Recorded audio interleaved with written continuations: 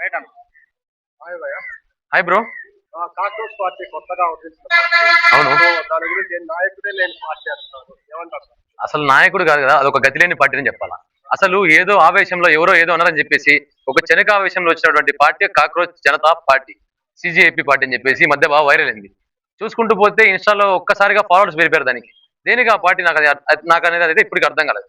One thing ఒకటి ఆలోచించండి, అది ఏదో యువకుల కోసం పెట్టిన పార్టీ, యువకులని మాట అన్నది అని చెప్పేసి వచ్చిన పార్టీ అని చెప్పేస్తున్నారు. అది యువకుల కోసం వచ్చిన పార్టీ కాదు, అది శనికావేశంలో ఒక మాట అన్నాడు, అది వైరల్ అయిపోయింది. ఆ వైరల్ అవ్వడం వల్ల ఎవరో ఎక్కడో కూర్చొని ఒక పెట్టిన పార్టీ తప్ప దానికి ఎటువంటి నామరూపాలు అయితే ఏమి లేవు.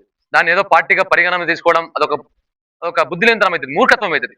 ఇక్కడ ఇంకో థింగ్ ఏంటంటే యువకులకి చాలా మన మన ఇప్పుడు మన ఇప్పుడు ఇండియా అనేది ఒక రాజ్యం. ఈ రాజ్యానికి ఒక రాజ్యాంగం కూడా ఉంది. రాజ్యాంగ హక్కులు వాడుకోకుండా అలాంటి హక్కులు వాడుకోవడానికి ఎన్నో ఉన్నాయి, ఎన్నో లాస్ ఉన్నాయి, అమెండ్మెంట్ యాక్ట్స్ ఉన్నాయి, ఎన్నో ఉన్నాయి.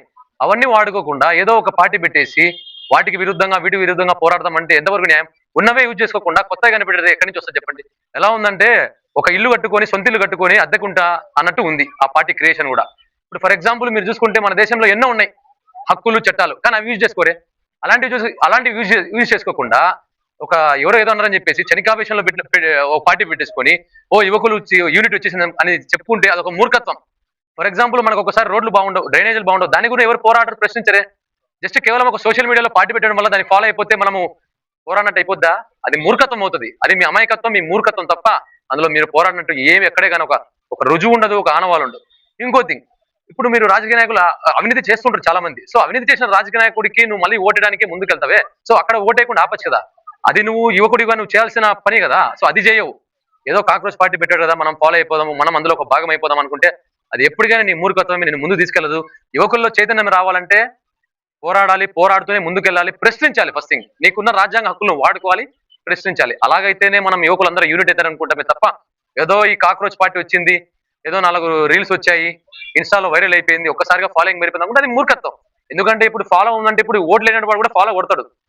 ఓట్లేని వాళ్ళు ఫాలో కొడతారు, ఖాళీగా ఉన్న వాళ్ళు ఫాలో కొడతారు. అంటే ఖాళీ ఉండడం అంటే ఏదో కాలక్షేపం కోసం కొంతమంది ఉంటారు, వాళ్ళు కూడా ఫాలో కొట్టేస్తారు. అనంత మాత్రాన ఏదో దేశం మారిపోదు. ఉదయాన్నే ఉదయించే సూర్యుడు పడమర మళ్ళా వెస్ట్ సైడ్ లో మనకి ఉదయించాడు. సో రోజు అలాగే ఉంటే ఏం మారదు, జస్ట్ ఆ ఫాలోయింగ్ పెరుగుతుంటది అంతే.